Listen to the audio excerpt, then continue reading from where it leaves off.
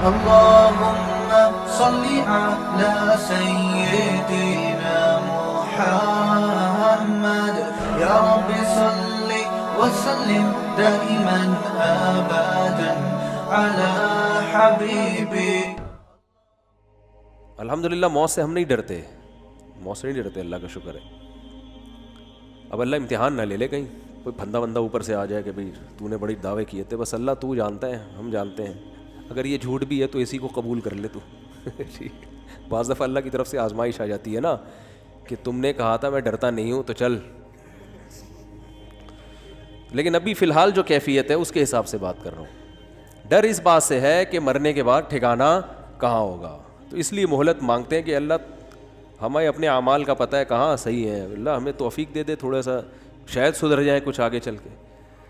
اور ظاہر ہے 100% سدھرنے کا دعویٰ تو کوئی بھی نہیں کر سکتا، ایمان خوف اور امید کے درمیان ہی ہے. تو اس لحاظ سے موت سے ڈرنا ایک الگ چیز ہے، لیکن ویسے اللہ کا شکر ہے موت سے ڈر الحمدللہ نہیں لگتا. اور ایک مثال دے رہا ہوں، اگر کسی کو ڈر لگتا بھی ہے موت سے تو بھی یہ بزرگی کے خلاف نہیں ہے، یہ خوب سمجھ لو. اس لیے کہ موت سے ڈر بعض دفعہ دل کی کمزوری کی وجہ سے بھی ہوتا ہے. ایک انسان دنیا کو مسافر خانہ سمجھتا ہے، اللہ سے محبت بھی ہے اس کے دل میں، وہ چاہتا ہے اللہ سے ملاقات ہو جائے، دنیا کے بکھیڑوں سے نکلوں، آخرت کی نعمتیں ملیں، لیکن دل کمزور ہوتا ہے. بعض دفعہ جب کسی کا دل کمزور ہوتا ہے تو وہ ایک ایسا کام جو تھوڑا سا یعنی اس سے ہٹ کر ہو، عام معمول سے، اس سے وہ ڈر لگتا ہے اس کو. یہ ہوتا ہے نا، بہت سے نیک لوگ ہوتے ہیں وہ ڈر رہے ہوتے ہیں. جو اب دیکھو جو بڑے بڑے ڈاکو ہیں، بڑی بڑی کارروائیاں کرتے ہیں، اگر یہ موت سے بہت زیادہ ڈرتے تو یہ ڈاکو بنتے ہے؟ بھائی ڈاکو تو بہادر آدمی بنتا ہے جو موت سے نہیں ڈرتا، لیکن ان کا آخرت پر ایمان نہیں ہوتا. تو ان کو تو موت سے ڈرنا چاہیے بہت زیادہ، لیکن کیوں اتنا زیادہ ڈرتے تو ہیں لیکن بہت زیادہ نہیں. کیوں؟ دل مضبوط ہوتا ہے. تو غیر مسلم بھی بہادر ہو سکتا ہے. اور اگر کسی کا آخرت پر ایمان ہے، اسے پتہ ہے مجھے گولی لگے گی میں جنت میں جاؤں گا، شہید ہو جاؤں گا میدان جنگ میں، لیکن اسے ڈر لگ رہا ہے، تو یہ ڈر اس کی علامت ہے کہ آپ کا دل کمزور ہے، اعصاب کمزور ہیں. اعصابی کمزوری کی وجہ سے بھی انسان کو ڈر زیادہ لگتا ہے، اندھیرے سے میں ڈر جاتا ہے وہ، حالانکہ نیک ہوتا ہے. تو یہ بھی ممکن ہے بالکل. تو ایک مثال آئی تھی بڑی اچھی ذہن میں. اب اگر کوئی میدان جنگ، ہاں حدیث میں آتا ہے کہ جو بزدل ہے اور پھر بھی جہاد کرے اسے دگنا اجر ملتا ہے. بزدل آدمی کو میدان جنگ میں لڑنے کا دگنا اجر ملتا ہے، حدیث میں آتا ہے. کیونکہ بہادر کو تو بڑا مزہ آ رہا ہے لڑنے میں، جو بزدل ہے اس کو مزہ نہیں آ رہا، وہ بس اپنے نفس کو مجبور کر رہا ہے، بھائی اللہ کا حکم ہے لڑنا ہے. ادھر سے دھماکہ ہوا، ایک دم کانپنے لگا، بھاگتا نہیں ہے، لیکن یار اسی خوف میں جاؤں گا تو اجر تو ڈبل ہوگا کہ نہیں ہوگا. اب اللہ کی راہ میں لڑ رہا ہے تو یہ لڑنا اس کی علامت ہے کہ نیک آدمی ہے. اگر نیک نہ ہوتا تو بھاگ جاتا، لیکن ڈر بھی رہا ہے. موسیٰ علیہ الصلاۃ والسلام نے جب لاٹھی کو زمین پہ پھینکا فرسٹ ٹائم، پہلی مرتبہ، وہ سانپ بن کے دوڑنے لگی. قرآن کہتا ہے موسیٰ علیہ السلام بھاگے ہیں، ولم یعقب، پیچھے مڑ کے بھی نہیں دیکھا. اب کوئی کہ یہ کیسے بزرگ ہیں، یہ سانپ سے ڈر کے بھاگ رہے ہیں. اور سانپ بھی کوئی جنگل کا نہیں ہے، اللہ ہم کلام ہو رہا ہے، اور اللہ ان سے کلام کر کے خود لاٹھی کو سانپ بنا رہا ہے. معاذ اللہ معاذ اللہ، ان میں تو توکل ہی نہیں ہے. بھائی جس اللہ نے لاٹھی کو سانپ بنایا ہے وہ اللہ آپ کو ڈسوانے کے لیے تھوڑی بنایا ہے. یہ ساری تقریر چل سکتی تھی کہ نہیں چل سکتی تھی وہاں پہ؟ کیا ہو گیا بھائی، بول لو یار. کہ بھائی یہ تو اللہ نے، کتنی زبردست کلام ہے. موسیٰ علیہ السلام کو بلایا کوہ طور پر، وما تلک بیمینک یا موسیٰ، اے موسیٰ یہ کیا ہے، اور میں نے تجھے پیغمبر بنا دیا اور اپنی ذات کے لیے منتخب کر دیا. پوری تفصیل حضرت موسیٰ کو یقین ہو گیا اللہ کا کہ ہم کلام ہو رہا ہے اور اللہ کے سائے میں آ گیا ہوں میں، اب مجھے کوئی نقصان نہیں ہو سکتا. اب اللہ اگر لاٹھی کو سانپ بنائے گا تو مجھے ڈسوانے کے لیے تھوڑی بنائے گا. اس کے باوجود جب سانپ ہے تو میرے بھائی سانپ سے ڈر لگتا ہے. حضرت موسیٰ جیسے بہادر آدمی جن کا اتنا مضبوط دل تھا، پیغمبر تو بہت بہادر ہوتے ہیں، تو حضرت موسیٰ کی تو صحت بھی بہترین، کوئی اعصابی کمزوری، دل کی کمزوری کا تصور بھی نہیں ہو سکتا. اور ایکسٹرا آرڈینری بہادر تھے، اس کے باوجود سانپ کو دیکھ کے خوف زدہ ہو کے بھاگے، اور قرآن کہہ رہا ہے ایسا فرار ہوئے ولم یعقب، پیچھے مڑ کے بولو نہیں دیکھ، اب کوئی کیا یار توکل ہی نہیں ہے، وہ بھائی سانپ ہے یار، انسان ہے، فطرت ہے۔ اللہ نے فرمایا لا تخف، اللہ نے کیا فرمایا؟ اقبل ولا تخف، واپس پلٹ، اے موسیٰ واپس پلٹ، خوف نہ کر، سنعیدها سیرتها الاولی، اس سانپ کو پکڑ، ہم اسے دوبارہ لاٹھی بنا دیں گے۔ دیکھو اللہ نے یہ نہیں کہا اس کو پکڑ لو، یہ کچھ نہیں کہے گا۔ اللہ کو شاید یہ خیال تھا کہ حضرت موسیٰ کو پھر بھی ڈر لگے گا کہ بھئی ہے تو سانپ ہی نا، تو اللہ نے تسلی دی۔ حالانکہ اللہ کی طرف سے اتنا کہہ دینا کافی تھا کہ اے موسیٰ ڈر نہیں، رک جا اور اس کو پکڑ لے، بس اتنا کافی تھا کہ نہیں تھا؟ کافی تھا۔ لیکن حضرت موسیٰ کو پھر بھی یہ خوف ہوتا کہ اللہ نے حکم تو دیا ہے سانپ پکڑنے کا، لیکن عین ممکن ہے پھر بھی ڈسے ہی ہے، تو اللہ نے یہ گارنٹی تھوڑی لی ہے کہ کچھ بھی نہیں ہوگا ہے، تو اس لیے اللہ نے گارنٹی دے دی، سنعیدها سیرتها الاولی، اے موسیٰ واپس اسی کنڈیشن میں لے آؤں گا، لاٹھی بن جائے گی، گھبرانے کی ضرورت نہیں ہے۔ کتنی تسلیاں، اس لیے کہ بشر ہے، انسان ہے بھائی، انسان ہے، ڈر لگتا ہے سانپ سے، اور اللہ کے کہنے پہ بھی سانپ پکڑنا آسان نہیں ہے۔ اگر اللہ ہم کو بقرعید میں قربانی کا جانور ذبح کرنے کے بجائے یہ کہتا کہ بیل کو ٹکر مارو کچھ نہیں ہوگا تمہیں، سانپ پکڑو کچھ نہیں ہوگا تمہیں، چھپکلیوں کو پکڑو کچھ بھی نہیں ہوگا، قربانی ہوتی پھر بھی کوئی نہیں پکڑتا ڈر لگتا ہے، انسانی فطرت ہے۔ حدیث میں آتا ہے کہ پچھلی امتوں میں جب ایک بادشاہ نے خندقیں بنائی نا، سورہ بروج میں بھی واقعہ ہے، تو وہ آگ جلائی اس نے، اور جتنے جو ایمان نہیں لے کر آ رہے تھے بادشاہ پر، سب کو خندقوں میں آگ میں پھینکا ہے۔ تو ایک عورت کی جب باری آئی نا تو وہ ڈر رہی تھی بیچاری، آگ میں چھلانگ لگاتے ہوئے، اس کو خوف پیدا ہو رہا تھا، تھی بڑے ایمان والی کہ تیار ہو، لیکن ڈر لگ رہا ہے۔ تو بچے نے ماں کی گود میں بولا کہ اے ماں ڈر نہیں، یہ جنت کا باغ ہے، یہ آگ نہیں ہے۔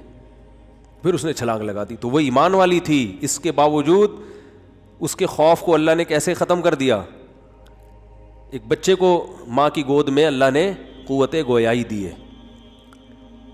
تو یہ سب نیچرل ہے۔ حدیث میں آتا ہے جو اگر نماز پڑھ رہے ہو، پہلے حدیث سے پہلے ایک واقعہ سناتا ہوں، یوٹیوب پہ کسی نے ویڈیو بھیجی، مسجد میں زلزلہ آیا، امام صاحب کھڑے ہوئے ہیں، پیچھے پبلک بھی، ایک ایک کر کے جس کے جتنے 4 مہینے لگے ہوئے تھے وہ کھڑے ہوئے، چلے والے سارے آہستہ آہستہ، یہ تو میں اپنی طرف سے وہ ڈیٹیل بیان کر رہا ہوں۔ سب سے پیچھے سیروزے والوں کی جماعت وہ نکلے ہیں پھر تھوڑا مضبوط ایمان تھا چلے والوں کا، ایک ایک کر کے وہ بھی کھسکے، پھر 4 مہینے امام صاحب اکیلے کھڑے ہوئے ہیں نا، زمین کانپ رہی ہے اور کھڑے ہوئے نماز پڑھ رہے ہیں۔ لوگ کہہ رہے ہیں یہ دیکھو بہادر آدمی، یہ ہے اللہ پہ ایمان، زلزلہ آیا مگر ذرا بھی ڈر نہیں لگا۔ یہ بہادری نہیں ہے، یہ کیا ہے؟ اٹ از کالڈ حماقت، یا تو جہالت ہے یا کیا ہے؟ حماقت۔ اللہ وہ امام صاحب کو معاف فرمائے، جو بھی تھے ہم سے اچھے ہی ہوں گے، لیکن بہرحال یہ عمل صحیح نہیں ہے۔ نبی صلی اللہ علیہ وسلم نے فرمایا نماز کی حالت میں، صحیح حدیث ہے، اگر سانپ نظر آئے سانپ مارو پکڑ کے، کیا کرو؟ توڑ دو نماز بھائی، سانپ کو پکڑ کے مارو، صحیح حدیث ہے۔ یہ نہیں فرمایا کہ چونکہ تمہارا اللہ سے کنیکشن بحال ہوا ہوا ہے، اب تم اللہ کی حفظ و امان میں آئے ہوئے ہو، اب اگر تم نے سانپ کی طرف توجہ دی تو یہ اس کی علامت ہے تم اللہ سے نہیں ڈرتے، تم کس سے ڈرتے ہو؟ سانپ سے، کھڑے رہو وہیں پہ، تو دھوتی دھلائی والا واقعہ ہو جاتا میرے بھائی۔ وہ ایک انگریزوں کے دور میں، انگریز جو ہے نا فوج میں مسلمانوں کو زیادہ ترجیح دیتا تھا، خاص طور پہ پٹھان لوگوں کو وہ فوج میں زیادہ بھرتی کرتا تھا۔ اس پہ کسی نے شکایت کی، ہمارے حضرت یہ واقعہ بیان کرتے تھے، دوسری میں نام نہیں لوں گا اس قوم کا، خام میں بیان میرا سب لوگ ہی سن رہے ہوتے ہیں۔ تو ایک دوسرے مذہب کے کسی شخص نے کہا کہ انگریز سے کہ تم فوج میں ان کو مسلمانوں کو رکھتے ہو اور خاص طور پر یہ پٹھان لوگوں کو فوج میں رکھتے ہو، ہم لوگوں کو کیوں نہیں رکھتے؟ ہمیں بہت کم رکھتے ہو۔ انہوں نے کہا یہ بہادر ہیں، تم میں بہادری نہیں ہے، تم میدان میں بھاگ جاتے ہو، یہ وفا کرنے والے لوگ ہیں، میدان میں لڑتے ہیں۔ اس نے کہا نہیں سر، ہم بھی بہادر ہیں، امتحان لے لیں۔ اس نے کہا ٹھیک ہے۔ تو پہلے کسی پٹھان بھائی کو بلایا جو اس کی آرمی میں تھے، ان کو کھڑا کیا اور اس سے کہا کہ ہم آپ کا ہیٹ پہنائی اور کہا ہم آپ کا نشانہ لیں گے، ہیٹ کا. تو انگریز نے نشانہ لیا, سر سے ہیٹ اڑ گئی اور وہ فوجی اسی طرح آرام سے کھڑا ہوا ہے. تو اس دوسرے مذہب والے کو کہا دیکھو کیسا بہادر ہے. اس نے کہا ٹھیک ہے سر, میں کر لیں, میں بھی تیار ہوں اس کے لیے. تو وہ دھوتی پہنتے تھے وہ لوگ, تو وہ دھوتی پہن کے کھڑا ہو گیا اور سر پہ کیپ پہنی. گورے نے اسے نشانہ لیا, کیپ اڑ گئی, وہ بندہ کھڑا ہوا ہے آرام سے. گورے نے کہا ویل ڈن, ایسے ہی کرتے ہیں نا, ویل ڈن یار, ہم تو سمجھ رہے تھے تم بہادر نہیں ہو. گورے نے اپنے کسی فوجی سے کہا اس کو کیپ کے پیسے دے دینا, اس کی کیپ ضائع ہو گئی ہے, کیپ کے پیسے. تو اس نے کہا حضور دھوتی دھلائی کے پیسے بھی دے دیے گا. کیپ کے ساتھ ساتھ دھوتی کی دھلائی کے پیسے بھی اگر ساتھ ہو جائیں, بیڑا غرق ہو گیا نیچے. نیچے کے معاملات صحیح نہیں ہیں, تو دھوتی دھلائی کے پیسے بھی چاہیے. تو کیا بات چل رہی تھی یار, کیا کہہ رہے ہیں؟ ہاں, تو بہادری کا تعلق مذہب سے بھی ہوتا ہے, لیکن بہادری کا تعلق آپ کے اعصاب سے اور آپ کے دل سے بھی ہوتا ہے.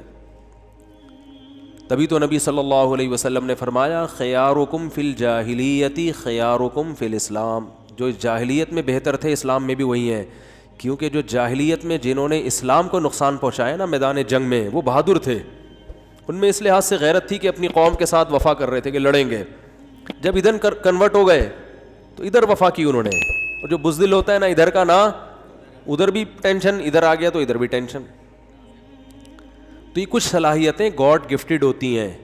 تو اس لیے علماء کہتے ہیں اگر کسی کو موت سے ڈر لگتا ہے, اس لیے نہیں کہ آخرت پر یقین نہیں ہے, بلکہ اس لیے کہ وہ اعصابی کمزوری ہے, اس کے دل کمزور ہے, تو یہ موت کا ڈر سے آخرت میں کوئی نقصان نہیں ہوگا اور یہ بزرگی کے خلاف نہیں ہے. اس سے کوئی کسی کا یہ ثابت نہیں ہو جاتا کہ یہ بزرگ نہیں ہے. تو بعض لوگ ڈر رہے ہوتے ہیں, بہت زیادہ موت کا خوف ہوتا ہے ان کے دل میں, وہ کمزور ہوتے ہیں اعصاب ان کے. تو نبی صلی اللہ علیہ وسلم نے فرمایا نماز میں اگر سانپ نظر آئے تو کیا کرنا ہے بھائی, سانپ کو مارنا ہے.